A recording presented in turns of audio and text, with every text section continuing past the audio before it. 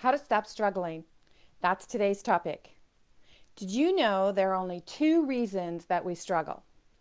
Reason number one, that you've never been taught that struggle is unnecessary.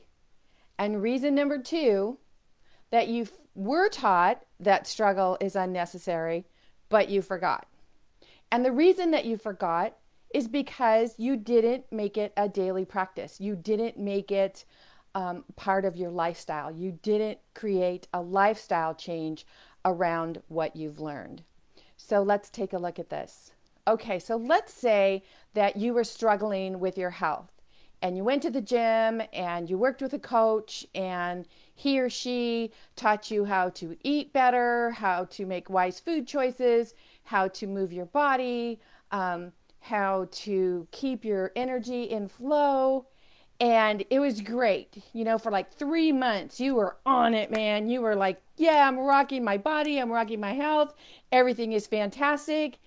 And then life happens and, your 30-day membership with the coach ends. So you say, this is good. I've got it. I know how to do it. I can start doing this on my own. I got it. I've got this. I learned it. I've got it.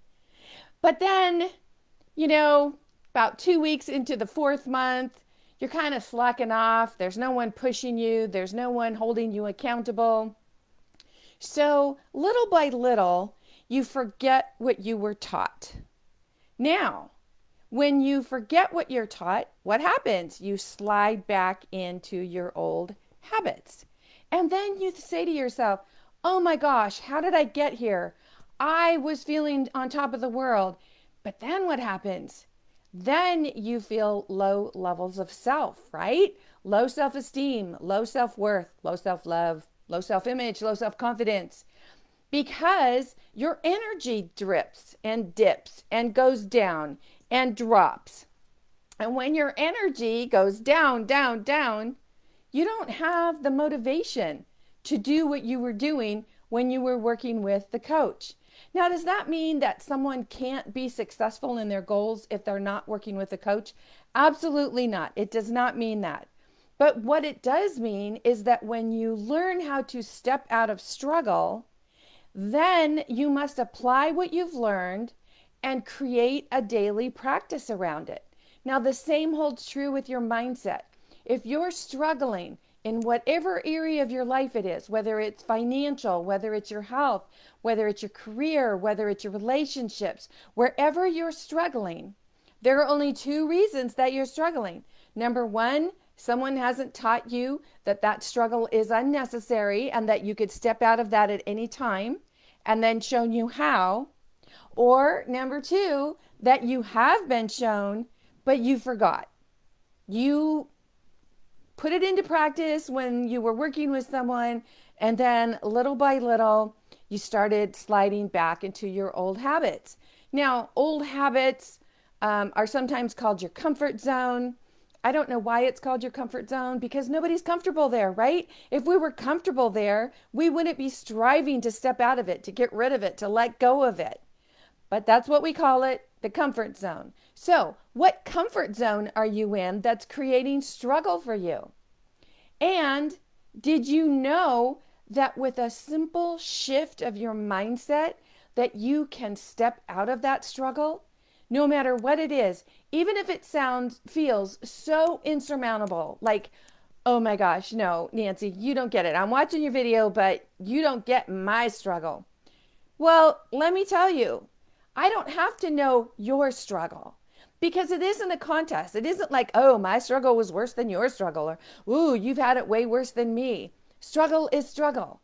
And struggle happens based on low levels of self and low energy feelings.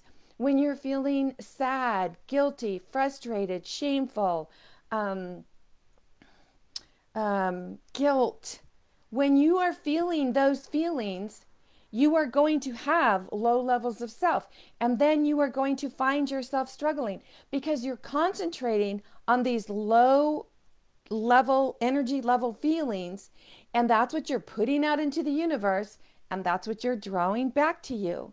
Remember, you're not creating the experience, but you're creating an experience to feel the feelings that you're feeling. So when someone shows you how to step out of that, wouldn't it be fabulous if you would say to yourself, you know what? This is so much better. I love feeling this way. I love feeling happy, joyful, content, peaceful, prosperous, abundant. I love all of these things. But here's the thing. What happens when we do start feeling those things? Then we start to go, wow, am I really on top of the world? Am I really this fortunate? Is life really meant to be this good? And then we do some self-sabotaging thoughts so that we go back into that struggle so we can say to ourselves, yeah, see, I knew it was too good to be true. If you find yourself on this roller coaster of up, down, twists, turns, like, oh my gosh, I'm so sick of this, I invite you to visit masteringyourbeliefs.com. Spend some time on the site. Look around. See what calls to you. Really, do you understand? See what calls to you. Sit there, look, read, listen. I've got auditory, kinesthetic, whatever you need.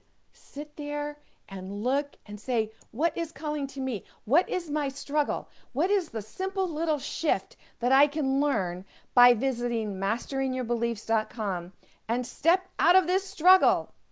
And while you're there, if you have any questions, remember, ask your sensei. In the meantime, this is Nancy Muller, the one and only Life Sensei, saying ciao for now.